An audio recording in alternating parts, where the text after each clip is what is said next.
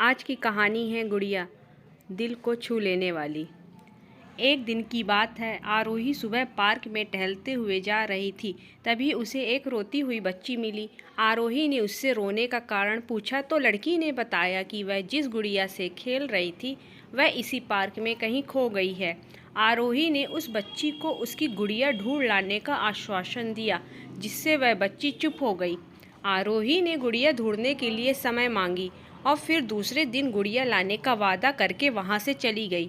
पर गुड़िया ना तो आरोही को मिली और ना ही उस बच्ची को।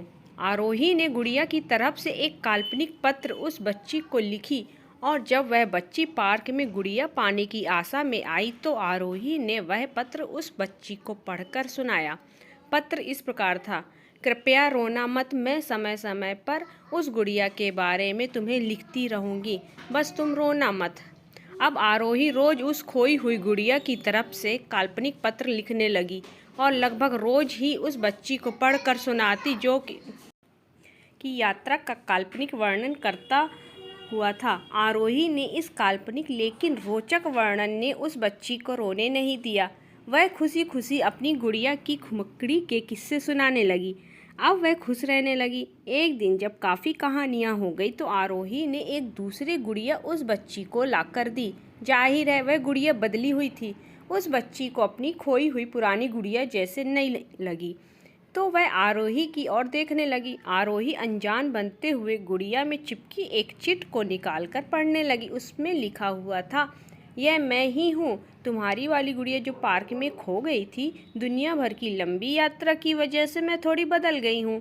बच्ची को इस गुड़िया और आरोही पर विश्वास हो गया। वह गुड़िया लेकर घर चली गई। वर्षों बाद जब वह बच्ची बड़ी हो गई तो एक दिन वह अपनी अलमारी में कुछ ढूंढ रही थी तो उसका ध्यान उसी गुड़िया पर गया जो आरोही ने उसे दी थी। बचपन की बातें याद करके वह हंसने लगी। उसे समझ आ गया चुका था कि आरोही ने कैसे उसका मन रखा। उसे उस गुड़िया पर फिर प्यार आने लगा। वह उसे बड़े गौर से देखने लगी। तभी उसकी नज़र गुड़िया की फ्रॉक की आस्तीन में छुपे एक छोटे से पत्र पे गई। उसने बड़ी व्याकुलता से वह पत्र निकाला और पढ़ने लगी।